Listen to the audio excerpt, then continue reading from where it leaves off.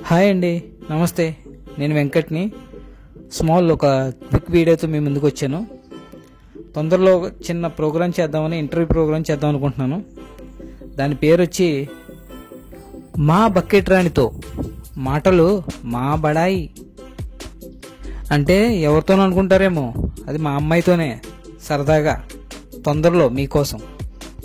ఇప్పుడు నేను షార్ట్గా చెప్తాను, పూర్తి వీడియో కోసం వెయిట్ చేయండి స్క్రిప్ట్ అయ్యే వరకు. ఏమీ లేదండి, మా బకెట్ రానికి కాస్త పైత్యం కొద్దిగా ఎక్కువగానే చేసింది. అది కాస్త ముదిరి పాకాన పట్టింది. ఎంతలా అంటే ఒకటే కళ్ళంట తనను చూసి జనాలు ఏడుస్తున్నట్టు, తనను మించిన వారు లేనట్టు, నేను జన్యును జాజికాయ అనే పొంతం లేని వంకర టెంకర పకోడీ మాటలతో పిచ్చి పిచ్చిగా మా బకెట్ రాణితో త్వరలో. మా బకెట్ రాణి తలపొగరు మాటలు ఎలా ఉంటాయంటే దెయ్యాలు వేదాలు వలించినట్టు ఉంటాయండి.